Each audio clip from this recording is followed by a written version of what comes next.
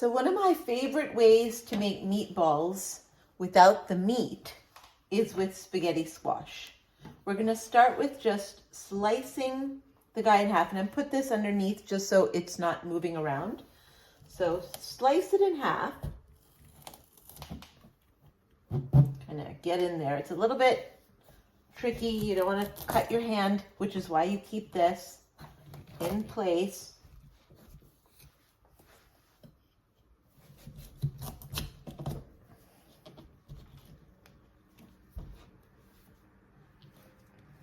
Yeah, a little bit of a battle, but get yourself a good knife. Yeah, I think we're almost through. There you go. So we're just gonna cut this in half, take off the end. I'm gonna de-seed it. I always like to use a grapefruit spoon to de-seed it because it has the scored edges and it scrapes out of the squash pretty easily. So just de-seeding it.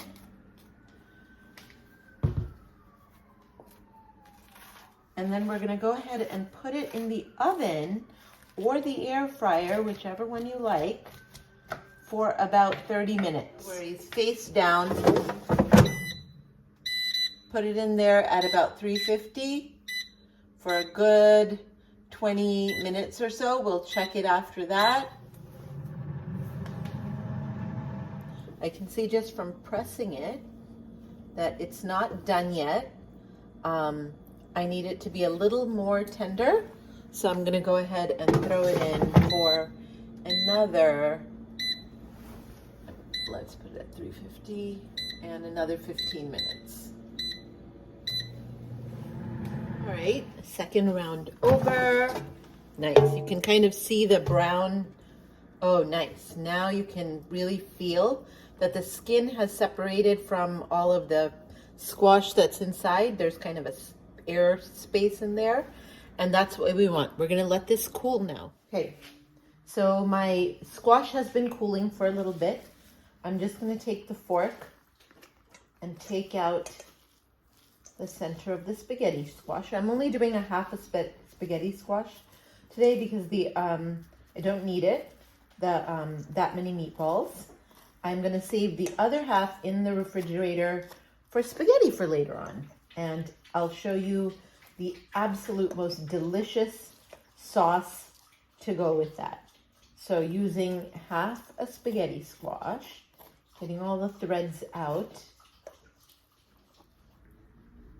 All right, I'm going to use, this is about a 1/4 cup of puffed quinoa. You can use puffed rice, puffed brown rice, oats, any cereal or grain that you have that's been cooked previously.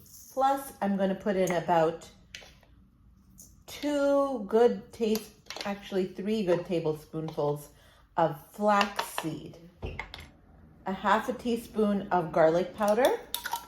And again, I leave these rather plain so that I can adapt them to whatever flavor I want, whether I'm thinking Mexican, Italian, Indian, Swedish, doesn't matter. 1/4 teaspoon of black pepper. And I like the black pepper, and a half a teaspoon of salt. And that's all. You can also use flour or chickpea flour if you are not trying to go gluten-free. I'm trying to make a high-protein meatball here, so just sticking with high-protein flours. So we're just going to go ahead and turn them into little balls.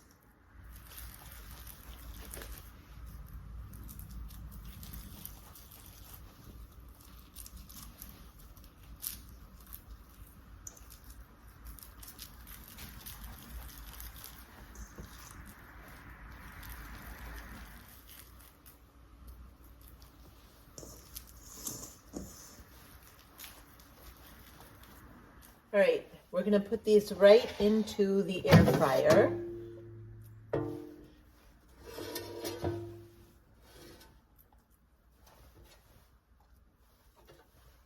And you can choose to spray them with oil if you like, or I just do it without it, and I flavor these with the sauce.